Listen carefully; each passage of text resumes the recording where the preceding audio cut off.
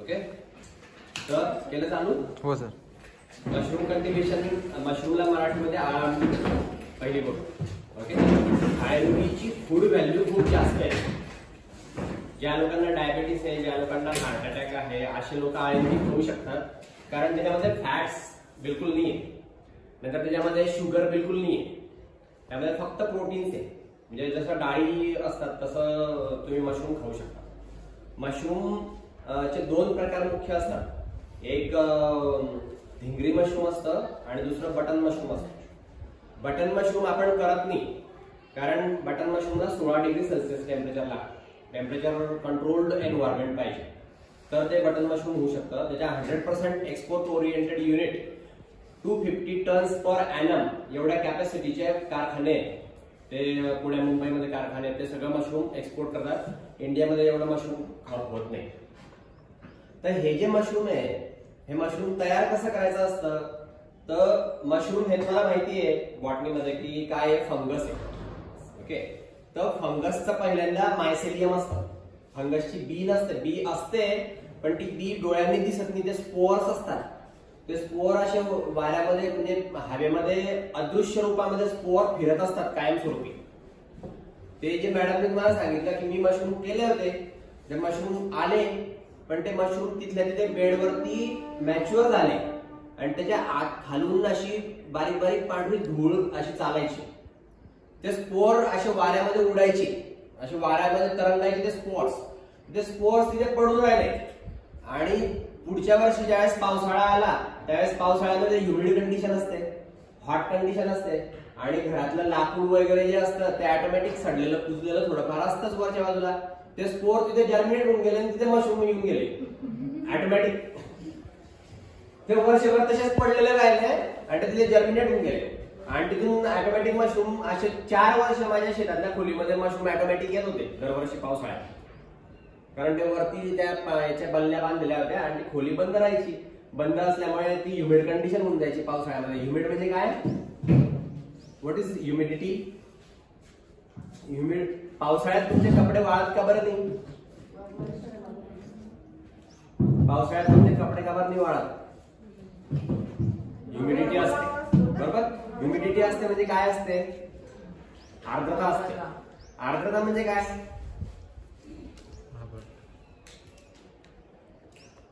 आर्द्रता म्हणजे काय? आर्द्रता म्हणजे येस, हवेमध्ये पाण्याचं असलेलं प्रमाण, that is called as humidity. मग पावसाळ्यामध्ये हवेमध्ये पाण्याचं प्रमाण खूप जास्त असतं. मग हवेतच जर पाणी असेल तर तुमच्या कपड्यातलं पाणी त्या हवेत कसं काय जाईल? कारण ते इक्विलिब्रियम होऊन गेलेलं असतं, म्हणून कपडे वाळत नाही. ज्यावेळेस तुम्ही हवा ती पंखा बिंखा लावलेला असतो किंवा ज्यावेळेस हवा चालते त्यावेळेस ती ह्युमिडिटी दूर जाते आणि कोरडी ड्राय जर एअर असेल तर मग कपड्यातलं पाणी त्या ड्राय एअर मध्ये जाऊ शकतं बाष्पीभवन होऊन, म्हणून पावसाळ्यात कपडे वाळत नाही. ओके, ही ह्युमिडिटी मशरूमला खूप लागते. ज्यावेळेस ते फ्रूट फॉर्मेशन होत असतं, मायसेलियम ग्रो पूर्ण झाल्यानंतर ज्यावेळेस फ्रूट फॉर्मेशन होत असतं त्यावेळेस त्यांना ह्युमिडिटी खूप लागते. मायसेलियम ग्रो करण्यासाठी पण ह्युमिडिटी खूप लागते. मशरूमला ह्युमिडिटी फार जास्त लागते. आपल्याकडे खूप ड्राय एन्व्हायरमेंट असतं म्हणून मशरूम कल्टिव्हेशन जास्त कोणी करत नाही. ओके, पण ज्यांना माहिती आहे, मी तुम्हाला सांगतो, मला सरांनी विचारलं होतं तर नॅक मध्ये आम्ही मशरूम इथे जनरेट केले होते. त्यांना म्हटलं असं कराल तर येईल, अदरवाईज तुम्ही म्हटलं तुमचं काय कराल तर मग माझी रिस्पॉन्सिबिलिटी नाही, मी सांगाल तसं करत असाल तर म्हटलं होईल. कारण कंटॅमिनेशन येतं आणि ते कंटॅमिनेशनचं जर समजा मायसेलियम बसून गेलं बेडवर तर ते तुमच्या मशरूमच्या मायसेलियमला उगूच देत नाही आणि मग त्याच्यामध्ये तुमचं मशरूम तर उगतंय पण इकडनं काळी छत्री निघते, इकडनं पिवळी छत्री निघते, इकडनं दुसरी छत्री निघते, अशा छत्र्या निघतात वेगवेगळ्या. That is contamination. कंटॅमिनेशन म्हणजे ते मग ते विषारी मायसेलियम पण त्यात मिक्स झालेलं असतं. तुम्ही तसं मशरूम खाल्लं तर तुम्हाला त्रास होऊ शकतो. म्हणून फॉर्मॅलिटीहाइड आणि बाविस्टीन व्यवस्थित प्रमाणात टाकून त्या फॉर्मॅलिटीहाइड आणि बाविस्टीनचा परिणाम नष्ट होण्याच्या आतच तुम्ही तुमचं मायसेलियम त्याच्यामध्ये टाकून त्याच्यावरती बेड ग्रो करून घ्यायला पाहिजे. जास्त टाइम जर गेला तर त्या बाविस्टीन फॉर्मॅलिटीहाइडचा परिणाम नष्ट होऊन जातो आणि मग हवेतले सगळ्या मशरूमचे स्पोर्स त्या बेडवरती उगतात आणि मग काळी हिरवी पिवळी बुरशी येते. ओके, दिस इज द म्हणजे हे तुम्हाला कुठल्याच मशरूमच्या कोर्समध्ये ऐकायला मिळणार नाही. कुठल्याही मशरूमच्या कोर्सवाला हे तुम्हाला दिस इज हार्डकोर मायक्रोबायोलॉजी.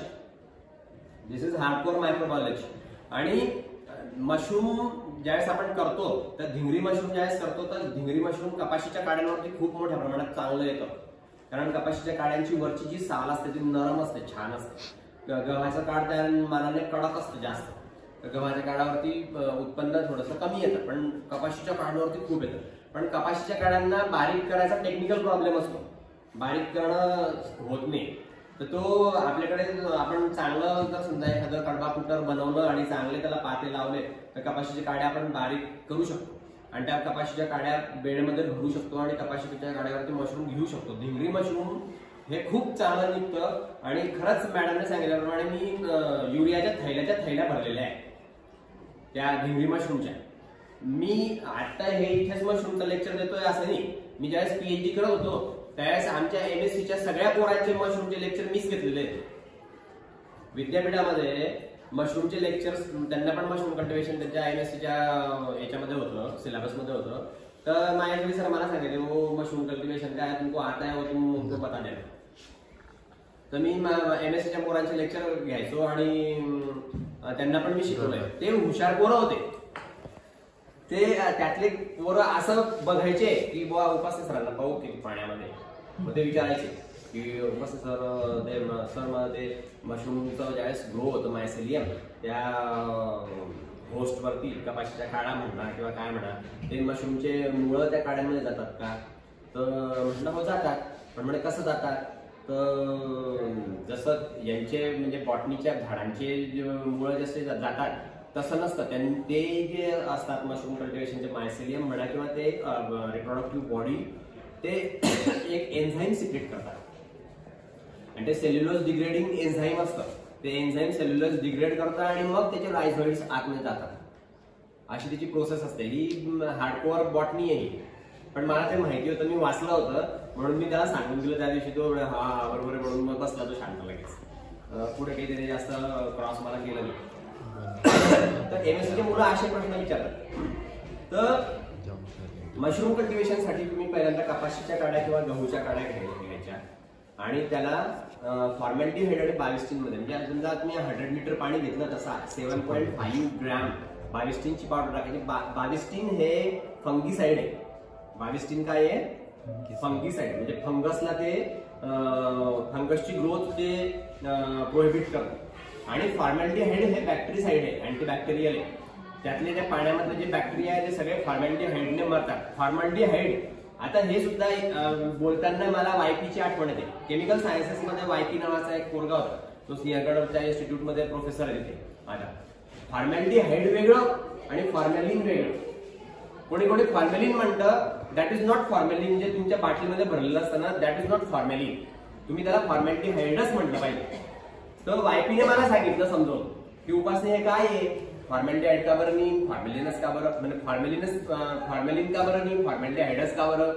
तर मग YPने मला सांगितलं की उपासनी फॉर्मॅलिन नावाचा एक गॅस असतो. तो गॅस पाण्यामध्ये रेडिली सोल्युबल आहे. जसा अमोनिया, लिकर अमोनिया आपण तयार करतो बा. तर तो फॉर्मॅलिन हा गॅस पाण्यामध्ये जर आपण सोडला तर तो पाण्यामध्ये डिझॉल्व्ह होऊन जातो. पण पाण्याशी त्या फॉर्मॅलिनची रिॲक्शन होते आणि तिथे अल्डिहाइड फॉर्म होतो. तर त्या पाण्यामध्ये डिझॉल्व्ह झालेला जो फॉर्मॅलिन असतो तर तो पाण्यामध्ये डिझॉल्व्ह झालेला फॉर्मॅलिन म्हणजे ते फॉर्मॅलिटीहाइड असतं. आणि फॉर्मॅलिन हा गॅस असतो, नॉर्मल गॅस असतो. ओके. आणि तुम्ही ते फॉर्मॅलिटीहाइड जर उघडं ठेवलं तर त्या पाण्यातनं गॅस निघून जातो आणि त्यानंतर नुसतं पाणी उठतं, त्याचा काहीच परिणाम होत नाही. फॉर्मॅलिटीहाइडने मी पक्क झाकण लावून ठेवलं पाहिजे. आणि उघड्या टँक मध्ये आम्ही आमचे फिशेस वगैरे ठेवतो किंवा आता ऋषिकेशने परवा सांगितलं डेड बॉडी उचलतात ते डायरेक्ट टँक मधून बाहेर काढतात आणि डेड बॉडी अशी याच्यावरती ठेवतात. ती डेड बॉडी फॉर्मॅलिटीहाइडच्या पाण्यामध्ये असते. तर फॉर्मॅलिटीहाइडच्या पाण्यामध्ये डेड बॉडी किंवा कोणतेही वनस्पती किंवा प्राणी हे वर्षानुवर्ष राहू शकतात. आमच्या झुलॉजीच्या डिपार्टमेंटमध्ये डायरेक्ट सिमेंटच्या टाक्या होत्या. त्याच्यामध्ये दर 15 दिवसांनी फक्त ते फॉर्मॅलिटीहाइड फुल फॉर्मॅलिटीहाइड ऍड करून द्यायचे 10-15 ml पूर्ण टँक मध्ये. 45% फॉर्मॅलिटीहाइड असतो. तर ते टाकून द्यायचे आणि त्याच्यामध्ये फ्रॉग, स्कॉलिओडॉन, प्रॉन सगळे जसे तसे राहायचे आणि एकदम हार्ड होऊन गेलेले असायचे. त्याचं आम्ही नंतर डिसेक्शन करायचो. तर फॉर्मॅल्डिहाइड टाकायचं आपण त्या काढामध्ये, कपाशीच्या काड्या किंवा गव्हाच्या काड्या. हे फॉर्मॅल्डिहाइड आपण बॅक्टेरियल किलिंगसाठी टाकतो. बॅक्टेरियाची ग्रोथ व्हायला नको. बॅक्टेरियाची ग्रोथ जर बेडवर झाली तर त्यातनं पाणी गळायला लागेल. बॅक्टेरियाच्या कॉलनीज तिथे डेव्हलप होतील. पांढरे हिरवे असे त्या कॉलनीज असतात, अशा चिकट चिकट असतात त्या, अशा पांढऱ्या ऑफ व्हाईट कलरच्या कॉलनी असतात बॅक्टेरियल कॉलनी. तर त्या डेव्हलप होतील त्याच्यामध्ये आणि मग त्या तुमच्या मायसेलियमला ग्रो नाही होऊ देणार, मशरूमच्या मायसेलियमला. म्हणून फॉर्मॅल्डिहाइड आणि बाविस्टीन मध्ये 7.5 ग्रॅम बाविस्टीन 100 लिटर पाण्यामध्ये आणि 11.5 किंवा 12 ml फॉर्मॅल्डिहाइड 45% 100 लिटर पाण्यामध्ये टाकायचं. 100 लिटर मध्ये एवढं मी प्रमाण सांगितलंय. तर तुम्ही जितकं पाणी घ्याल त्याचं त्या प्रमाणामध्ये कन्व्हर्शन तुम्हाला करता यायला पाहिजे. मी ज्यावेळेस मशरूम कल्टिव्हेशन केलं पोरांनो, तर तुम्ही बघा कुठलं किती बारीक विचार असतो. तुम्हाला माहितीये का ही गोष्ट, 1 क्युबिक फूट मध्ये साधारणपणे 32 लिटर पाणी मिळतं, असं कन्व्हर्शन आहे. तर मी माझ्या शेतातलं जे कुंड होतं मोठं असं, त्याच्यामध्ये डायरेक्ट 3 हॉर्स पॉवरच्या मोटरचं पाणी पडायचं आणि त्याच्यामध्ये मी 270 गव्हाचं कूट भिजवलं होतं. तर ते 270 गव्हाचं कूट भिजवण्यासाठी पाणी किती घ्यायचं त्या कुंडात? आता मी 3 हॉर्स पॉवरच्या मोटरचं एवढं मोठं पाणी मोजू का? कसं काय मोजायचं? तर त्या कुंडाची उंची, त्या कुंडाची लांबी आणि त्या कुंडाची रुंदी मी मोजली होती आणि असं ते कुंड किती क्युबिक फूट आहे, त्या कुंडामध्ये पाणी किती, त्या पाण्याची उंची किती, पाणी मी भरण्याचं, पाण्याची उंची, पाण्याची लांबी आणि पाण्याची रुंदी अशी मी त्या कुंडातली मोजली. आणि मग एका क्युबिक फूटला 32 लिटर, तर 2000 क्युबिक फूटला किती लिटर असं मी मोजलं. ते पाणी किती लिटर आहे काढलं आणि मग 100 लिटरला 7.5 बाविस्टीन आणि 12 ml फॉर्मॅल्डिहाइड, तर 2000 लिटरला किती हे काढलं. तेवढं फॉर्मॅल्डिहाइड त्याच्यामध्ये ओतलं होतं डायरेक्ट आणलेल्या कॅन किशोर एजन्सीज मधून. मी ज्यावेळेस तुमच्यासारखा होतो त्यावेळेस किशोर एजन्सीज मला उदाहरण द्यायचा केमिकल आणि ग्लासवेअर मी घेऊन यायचो. ओके. आणि माहेश्वरी सरांनी मला विद्यापीठामध्ये पीएचडी करायला घेतलं. विद्यापीठामध्ये पीएचडी करायला जाणारा कोणाला ते घेत नाही असे, तिथे जे एमएससी केलेले असतात त्यांना जास्त करून घेतात किंवा टीचर फेलो घेतात. कॉलेजच्या लोकांना घेत नाही ते कोणी, विद्यापीठातले प्रोफेसर लोक. पण मला त्यांनी घेतलं कारण मी मशरूमचं मायसेलियम घरात तयार केलं होतं. माझ्या धाब्याच्या घरात माती पडायची त्याच्यामध्ये, पण 2 बर्नरच्या मध्ये मी इनॉक्युलेशन केलं आणि प्युअर कल्चर स्लॅन्ट वरती काढलं होतं. स्लॅन्ट म्हणजे एका काचेच्या नळीमध्ये मीडिया घेतलेला असतो असा तिरपा आणि त्याच्यावरती मशरूमचं मायसेलियम टाकायचं आणि ते एक सारखं युनिफॉर्म ग्रो झालं पाहिजे. त्याच्यामध्ये हिरवं निळं काळं काहीच यायला नको. किंवा त्याचं जे स्ट्रक्चर आहे, मॉर्फॉलॉजिकल स्ट्रक्चर, म्हणजे जसं आपली बॉडी आहे ही जशी युनिफॉर्म व्यवस्थित दिसते, मध्येच जर दुसऱ्या स्ट्रक्चरचं काही दिसलं तर दुसऱ्या मशरूमचं मायसेलियम असतं. एकाच मॉर्फॉलॉजीचं जर समजा तुम्हाला दिसलं तर ते तुमचं प्युअर कल्चर आहे असं कळतं. हे मला माहेश्वरी सरांनी सांगितलं कि वो तुम आप देख के कैसे बता रहे हो कि ये प्योर कल्चर है, इसमें कंटेमिनेशन नहीं है, इसमें व्हाइट कलर का दूसरा भी हो सकता है. तो बोले व्हाइट कलर का दूसरा कभी रहेगा तो उसका शेप दूसरा रहता है. बोले एक ही शेप के 2 लोग नहीं रह सकते, तो इसलिए ये तुम्हारा यूनिफॉर्म दिख रहा है, इसलिए मैं बोल रहा हूँ कि प्युअर कल्चर है. हे माहेश्वरी सरांना मी विचारलं होतं. हे माहेश्वरी सर आता आपल्या विद्यापीठाचे व्हीसी आहे, हा कुलगुरू महोदय, आपल्या विद्यापीठाचे आत्ताचे कुलगुरू आहे ते माहेश्वरी सरांबद्दल मी बोलतोय. ते माझे पीएचडीचे गाईड होते. ओके. आणि त्यांनी मला पीएचडी करायला तिथे घेतलं होतं कारण मी मशरूम कल्टिव्हेशन घरी केलं होतं धाब्याच्या घरामध्ये. स्वयंरोजगार जसं मॅडम तुम्हाला इनिशिएट करतात तसं स्वयंरोजगार आम्हाला इनिशिएट आमच्या प्रोफेसरांनी केला, तर आम्ही केलं होतं ते घरी. ओके.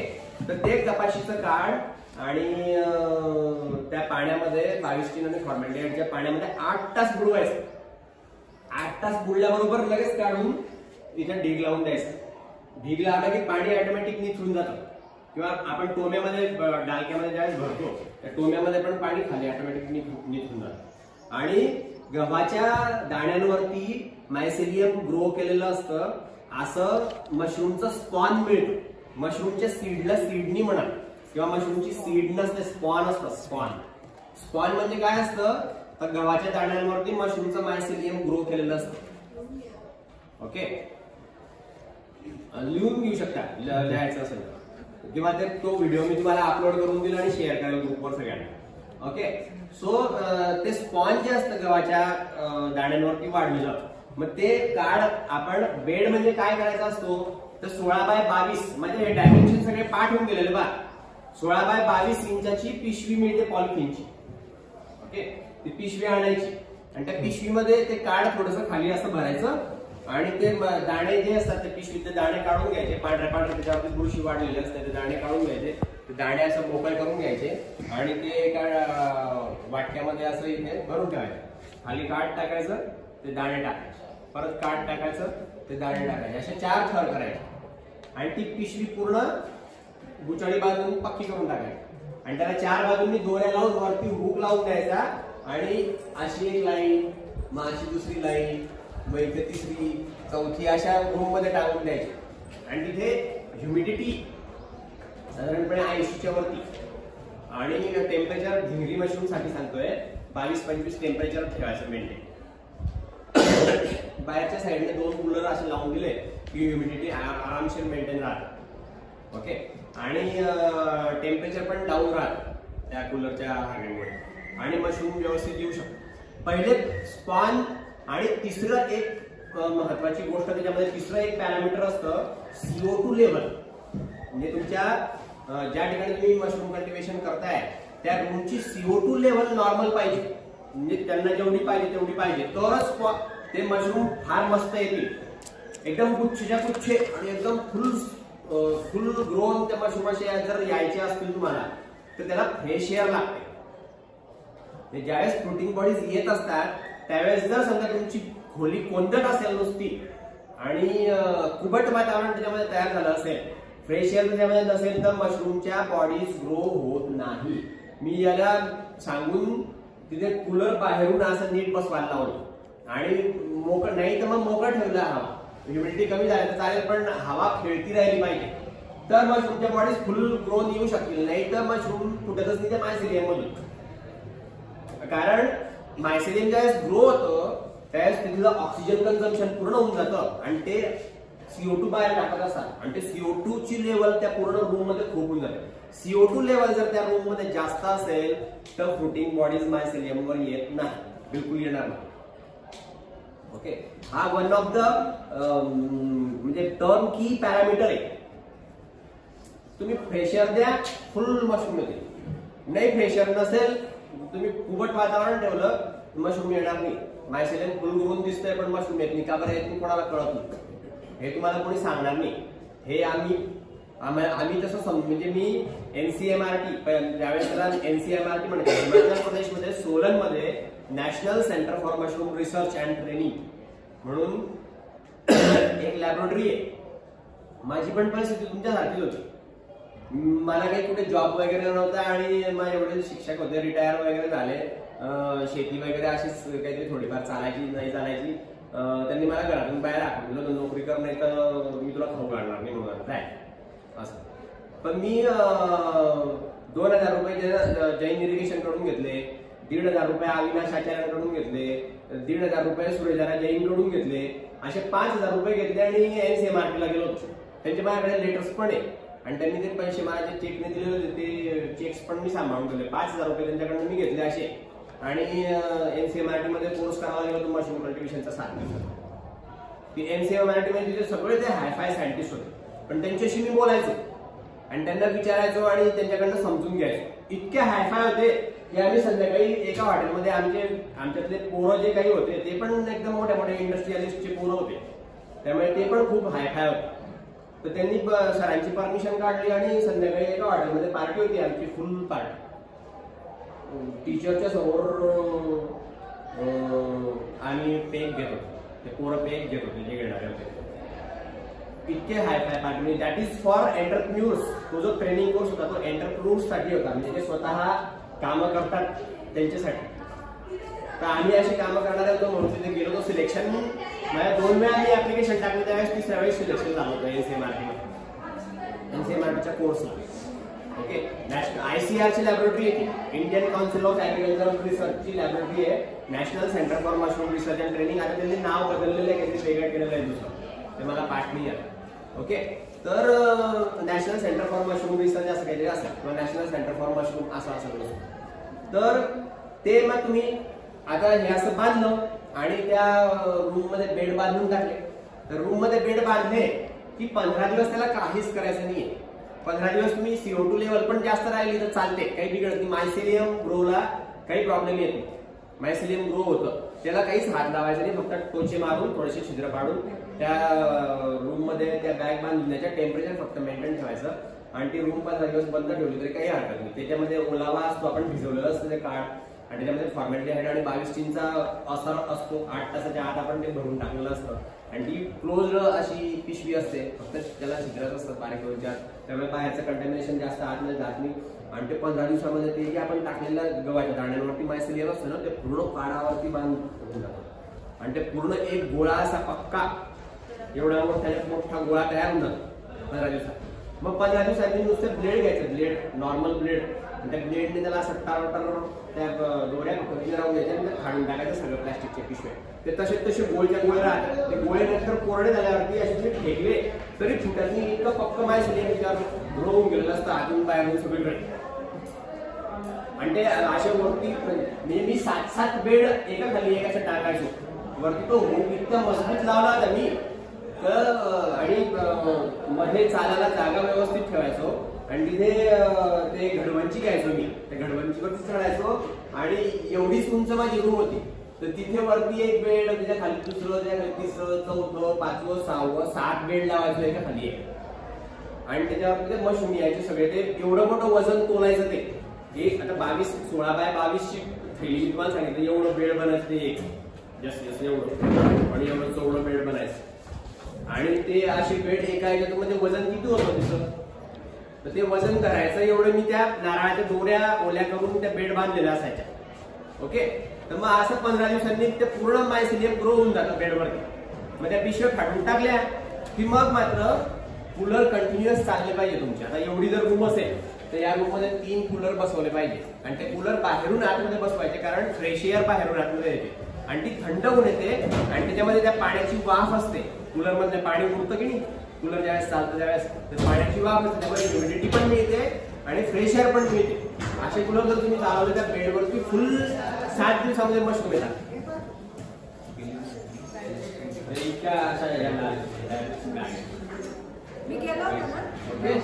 सो मग फुल त्याच्यामध्ये मशरूम असे साईडने उगवतात. मग ते भिंगरी ऑयस्टर मशरूम त्याला म्हणतात. भिंगरी मशरूमला काय म्हणतात? Oyster mushroom. हे आता पहिले 15 दिवस आणि नंतरचे 7 दिवस, म्हणजे किती दिवस झाले टोटल?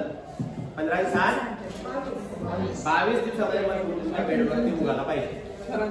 मग 22 दिवसामध्ये तुम्ही हार्वेस्ट केले की त्याला नुसतं परत असे स्क्रॅचेस मारून द्यायचे बेडला आणि परत त्याच्यामध्ये ह्युमिडिटी आणि टेम्परेचर मेंटेन ठेवायला की 7 दिवसांनी दुसऱ्यांदा बेडला मशरूम होतात त्याच बेडवर, 7 दिवसांनी तिसऱ्यांदा मशरूम देतात. असे 15, 7, 7, 7 असे 3 क्रॉप घेतले की मध्ये बेड फेकून द्यायचे खताच्या गारामध्ये. शेतामध्ये जी खताची गार असते ज्याच्यामध्ये शेण आणि काड्या कचरा पडलेला असतो तिथे ते सडून जातं आणि ते मायसेलियम त्याच्यामध्ये डिस्ट्रॉय होऊन जातं आणि मग त्याचा खत म्हणून वापर करता येतो आपल्याला. आणि इथून मशरूम मात्र येतं. ते मशरूम लगेचच्या लगेच वाळवायचे. ते मशरूम तुम्ही जर असे झाकून ठेवले कशामध्ये तर त्या मशरूम वरती मायसेलियम ग्रो होऊन जाईल, फ्लफी होऊन जाईल असं एकदम. मशरूम खूप ओले असतात, त्याच्यामध्ये सेल्युलर मॅटर खूप कमी असतं, पाणी खूप जास्त असतं, म्हणून मशरूम एकदम हवेशीर ठेवावे लागतात कायम. तुम्ही पिशवीत ठेवले तर त्या पिशवीला पूर्ण असे छिद्र पाहिजे किंवा पाटीमध्ये ठेवले तर ती पाटी जाळीदार पाहिजे पूर्णपणे. तर तुम्ही मशरूमचं ट्रान्सपोर्टेशन करताना पण जाळीदार पाटी पाहिजे पूर्ण. तुम्ही बंदिस्त वातावरणामध्ये मशरूम ठेवले त्याच्यावरती लगेच असे मायसेलियम ग्रो होऊन जाईल. ओके, आणि AgNO3 नावाचं एक केमिकल असतं, त्या केमिकलने सरफेस स्टरलाइज करून घ्यायचं तो टिश्यू आणि एक टेस्ट ट्यूब घ्यायची. त्या टेस्ट ट्यूब वरती पोटॅटो डेक्स्ट्रोज आगार नावाचा मीडियम घ्यायचं तयार करून ते ऑटोक्लेव्ह करून घ्यायचं आणि ते ऑटोक्लेव्ह केल्यावरती इथे 2 बर्नर पेटवायचे असे, त्याच्यामध्ये 6 इंचाचा अंतर पाहिजे 2 ज्योतींच्या मध्ये. त्या ज्योतींची हीट इथे असते, त्या हीटमुळे त्या हवेमध्ये जे तरंगणारे बारीक बारीक स्पोअर्स असतात ना, ते जळून गेलेले असतात. त्यामुळे या 6 इंचाची मधली जी हवा असते गरम झालेली, ती पूर्णपणे 100% प्युअर एअर असते. ओके, त्याच्यामध्ये ती टेस्ट ट्यूब अशी धरायची आणि नायट्रॉन वायर लूप पूर्णपणे हिट करून घ्यायचा आणि नंतर त्या ट्यूबच्या मध्ये लावून थंड करून घ्यायचा. आणि तो टिश्यू त्याच्यामध्ये जो सरफेस स्टरलाइज केलेला टिश्यू येतो त्या पोटॅटो डेक्स्ट्रोज आगारावरती ठेवायचा की तिथे मायसेलियम ग्रो होऊन जातं त्या टेस्ट ट्यूबच्या मध्ये. मग ते टेस्ट ट्यूब मधलं मायसेलियम घ्यायचं, पिशव्या तयार करायच्या छोट्या छोट्या अशा, आपण झाडं लावण्यासाठी ज्या पिशव्या वापरतो त्या साधारणपणे 4 इंच बाय 6 इंचच्या पिशव्या. आणि त्याच्यामध्ये गव्हाचे दाणे शिजवून घ्यायचे कुकरमध्ये आणि ते गव्हाचे दाणे त्या पिशव्यांमध्ये थोडे थोडे भरायचे, 1.5 किलो. त्याला वरती पीव्हीसी पाईप असतो ना, 1 इंचचा पीव्हीसी पाईप, तो 1 इंचचा पीव्हीसी पाईप त्या पिशवीच्या तोंडाला लावायचा. ती पिशवी अशी बाहेर काढायची, त्याला रबर बँड लावायचं आणि त्याला वरतून कॉटन प्लग लावायचं, नॉन ऍब्सॉर्बंट कॉटन त्याला वरतून लावायचं. ते पिशव्या त्या याच्यामध्ये ठेवायच्या ऑटोक्लेव्ह मध्ये. ऑटोक्लेव्ह करून घेतला की त्या टेस्ट ट्यूब मधला जो तुकडा आहे थोडासा मायसेलियमचा, तो त्या पिशवीमध्ये टाकायचा त्या गव्हाच्या दाण्यांवर. आणि त्या गव्हाच्या दाणे जर तुम्ही 15 दिवस ठेवले त्याचं स्पॉन घरी तयार होऊन जातं आणि ते स्पॉन तुम्ही वापरू शकता.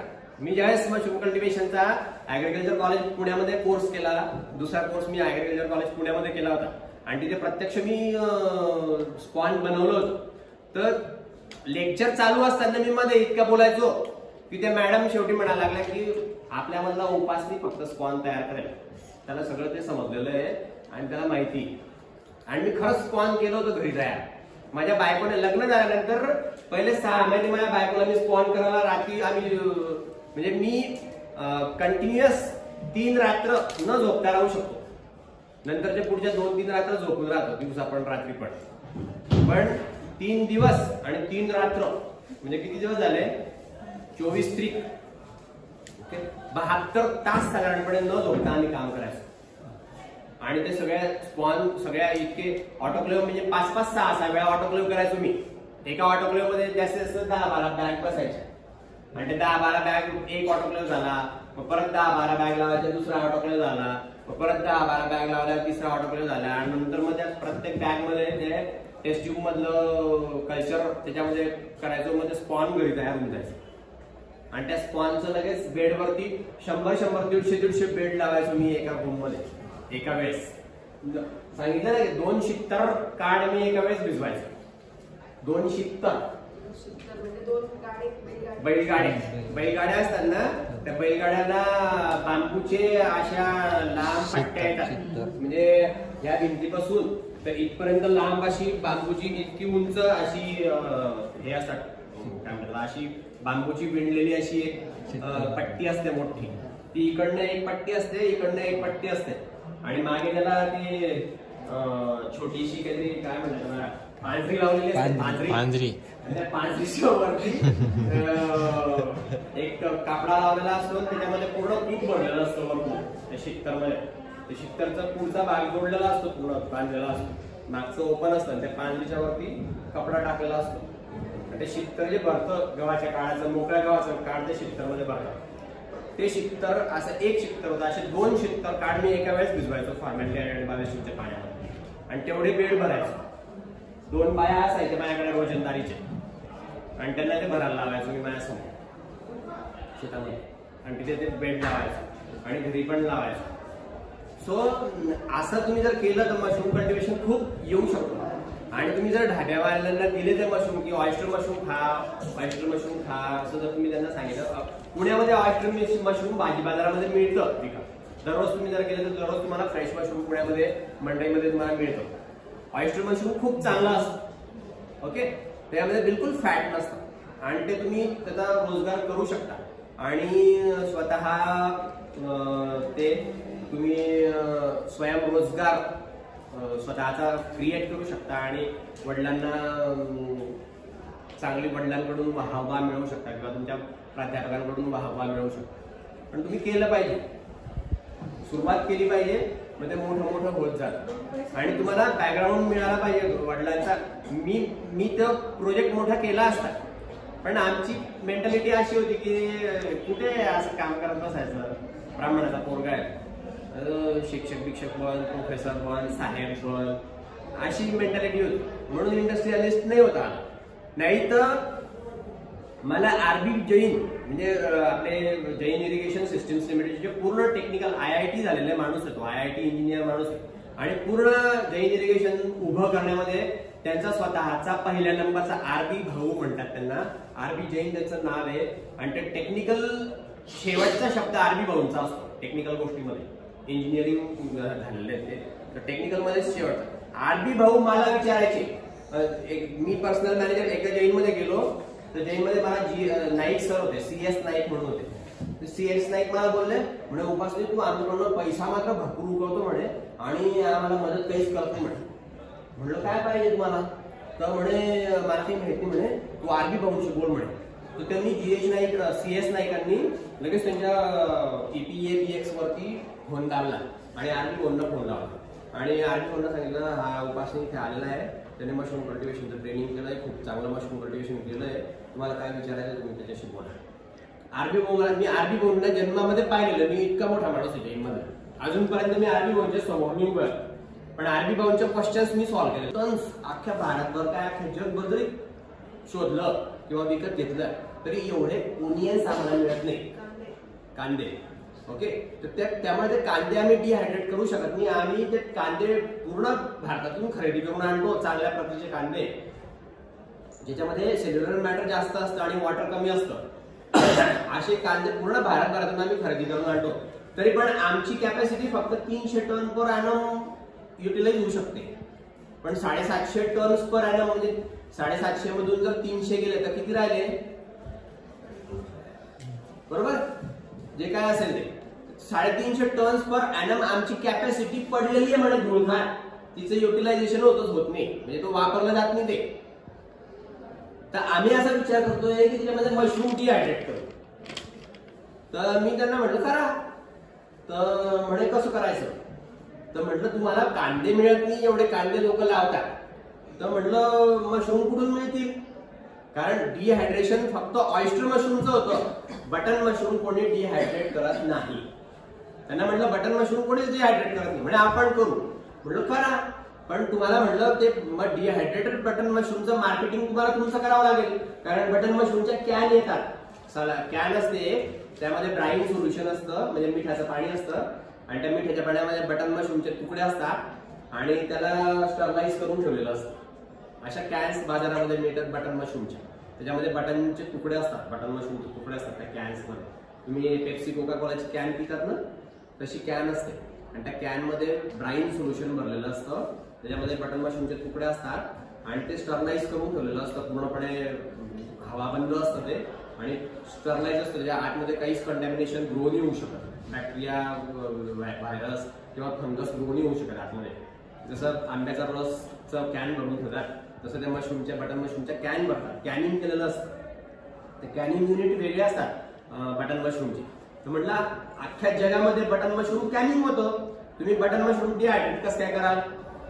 आणि म्हटलं तुम्ही टेक्निकल एकदम हायफाय आहात, तुम्ही करू शकाल बटन मशरूम डिहायड्रेट, पण ते डिहायड्रेटेड बटन मशरूम मग लोक घेतील का? कॅन बटन मशरूम सगळे लोक वापरतात, डिहायड्रेटेड बटन मशरूम कोण घेईल म्हटलं तुमचं?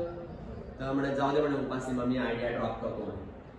ऑयस्टर मशरूम इतक्या प्रमाणामध्ये मिळणार नाही, कारण कांदेच मिळत नाही तर ऑयस्टर मशरूम एवढे तयार करणारे नव्हते त्या काळामध्ये, सगळे बटन मशरूमच्या कारखाने आहेत. ऑयस्टर मशरूम तुम्ही आम्ही केलं भरपूर तर होऊ शकतं. जसं सेरिकल्चर, पुढच्या लेक्चरला सेरिकल्चर सांगेल मी तुम्हाला. रेशीम उत्पादन सुद्धा आपल्याकडे होऊ शकणारा एक चांगला उद्योग आहे. रेशीम उत्पादन सोनगिरच्या माणसाने मी पाहिलंय, दर 1.5 महिन्यामध्ये तो जवळपास 60-70 हजार रुपये काढायचा आणि त्याचे त्या सिल्कच्या काकूनचे भरलेल्या असायच्या गोण्या तो हैदराबादला जाऊन विकायचा.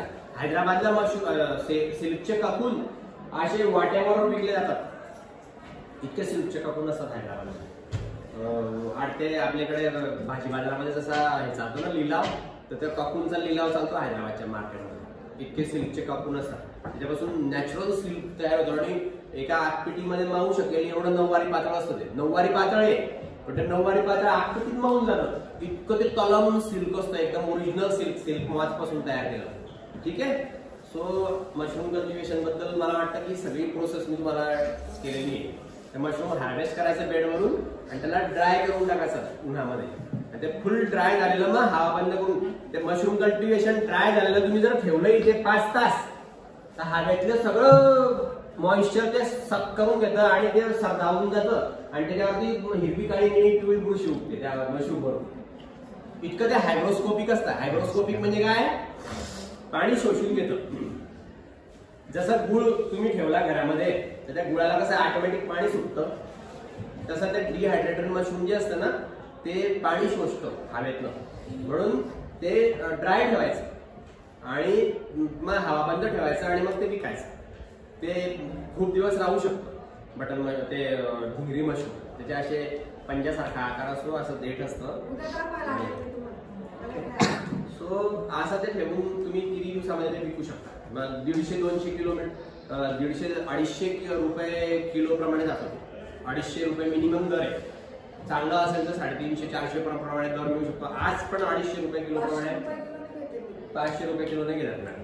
मग तुम्ही ग्रीन घेत असाल म्हणजे ओलं 500 रुपये किलो प्रमाणे मिळतं. तर ड्रायचा दर 1000-1200 असेल आताच्या काळात. मी माझ्या काळातला दर सांगतो तुम्हाला. आणि मी ते मशरूम एवढं काढलं आणि जिल्हा उद्योग सेंटरमध्ये घेऊन गेलो. एक सफारीची सूटकेस होती, त्याच्यामध्ये ड्राय केलेलं सगळं मशरूम भरलेलं होतं. ती सूटकेस मी पॅक केली, जिल्हा उद्योग केंद्रामध्ये गेलो. तिथे हेमंत ठोबरे म्हणून मिटकॉनचे अध्यक्ष होते. त्यांना मी म्हटलं सर मी मशरूम आणलंय. म्हणजे कुठे म्हणे दाखव म्हणे. तुम्ही सूटकेस अशी वरती ठेवली टेबलवर ते उघडली तर ते एकदम डोळेच त्यांचे 20 पाहून गेले. म्हणे उपासनी काय झालं म्हणे मी गेले 15 वर्षापासून मशरूम कल्टिव्हेशन शिकवतोय म्हणे. माझ्याकडे आसपास 10-15 हजार स्टुडंट म्हणे मशरूम कल्टिव्हेशन शिकून गेले इथून.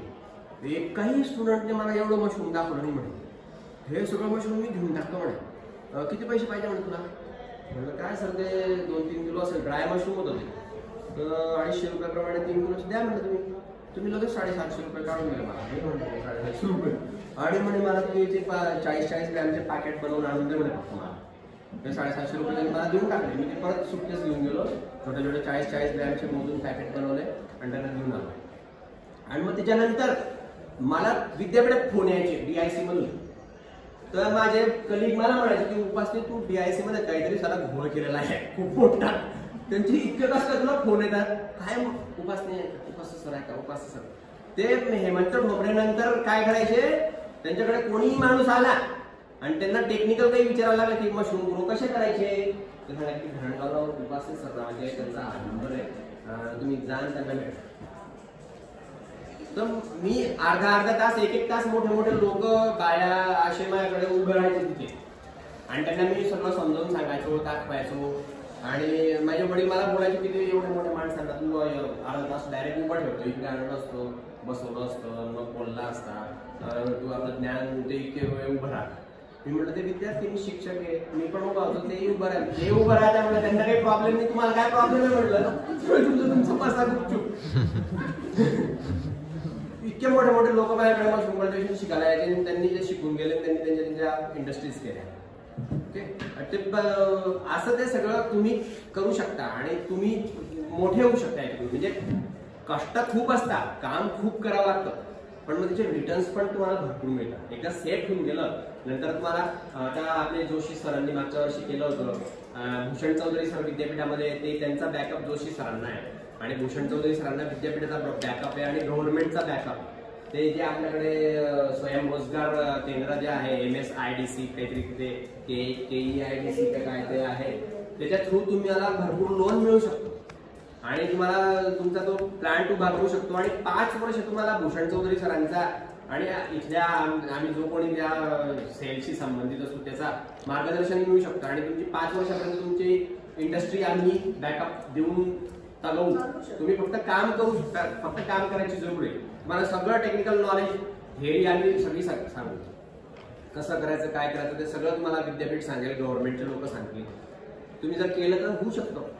फक्त तुमचं तसा फायनान्शियल बॅकग्राऊंड पाहिजे आणि तसा पॉलिटिकल बॅकग्राऊंड थोडासा पाहिजे आणि तुमची कष्ट करायची तयारी पाहिजे की तुम्ही चांगले मशरूम कल्टिवेशन होऊ शकता. ठीक आहे. सो आज के लिए इतना है.